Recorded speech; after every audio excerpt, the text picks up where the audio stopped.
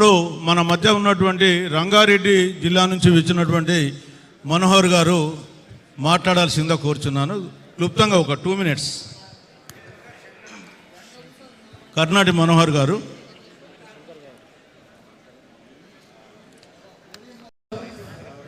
నేటి Kamareddy 42% BC reservation సమావేశానికి అధ్యక్షత వహిస్తున్నటువంటి అధ్యక్షుల వారికి మరియు ఈ బీసీ నినాదాన్ని బుధ స్కంధాలపై మోస్తున్నటువంటి ముగ్గురు మూర్తులు, త్రిమూర్తులు, వారు వీరు.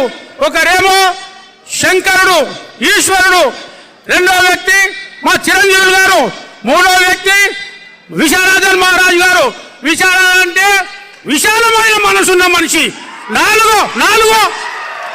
నాలుగో సింహం ఏదంటే కనిపించని సింహమేరా, నాలుగో సింహమేరా. ఆ నాలుగో సింహము బాలరాజ్ గౌడ్ గారు అని చెప్తా ఉన్నాడు.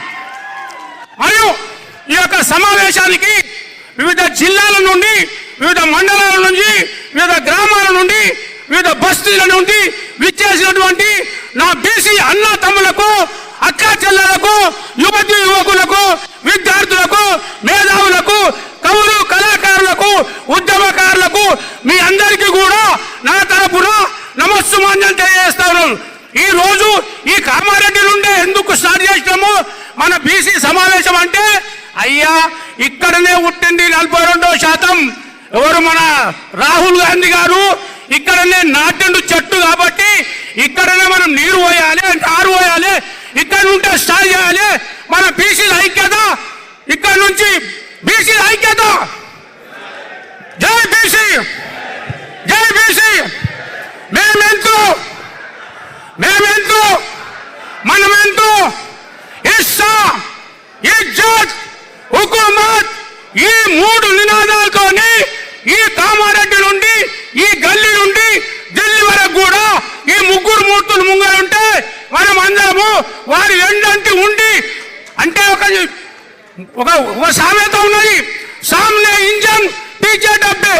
ఒక ఇంజన్ ముంగలుంటే మనం 100 డబ్బాలలో వెళ్ళిపోయి మన బీసీల 42% సాధించాలని కోరుకుంటూ ఈ యొక్క అవకాశం ఇచ్చినందుకు పెద్దలందరికీ నమస్కారం చేద్దాం. మరొక్కసారి జై బీసీ, జై బీసీ. Thank you. అందరినీ కూడా మీరు చాలా ఉత్సాహపరిచారు. మీకు ధన్యవాదాలు తెలియజేస్తూ ఇప్పుడు మన మహిళా సోదరిమణులు ఉన్నారు.